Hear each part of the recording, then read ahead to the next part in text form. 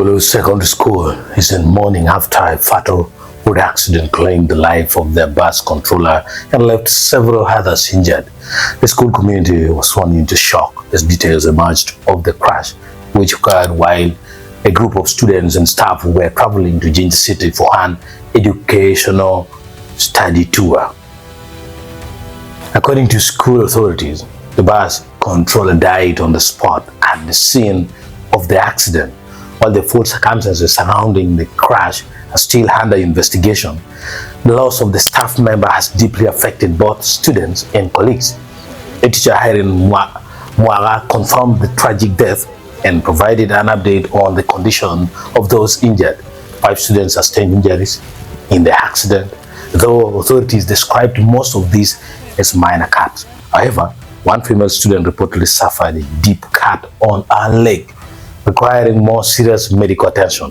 The school is ensuring that all affected learners receive necessary care and support during this difficult time.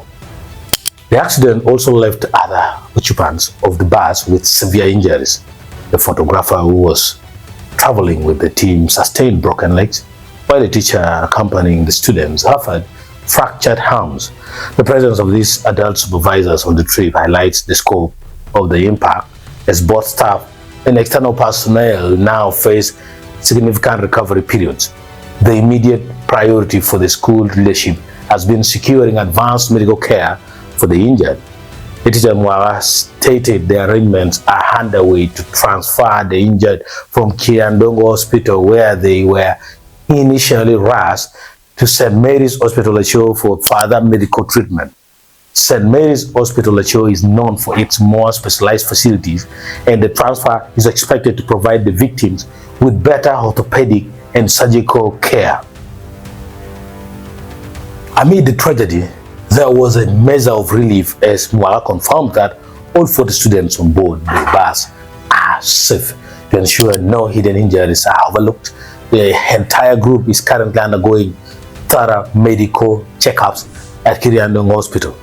Once the medical examinations are complete and they are cleared by doctors, the students will be transported back to Gulu, where families and the wider school community anxiously await their return.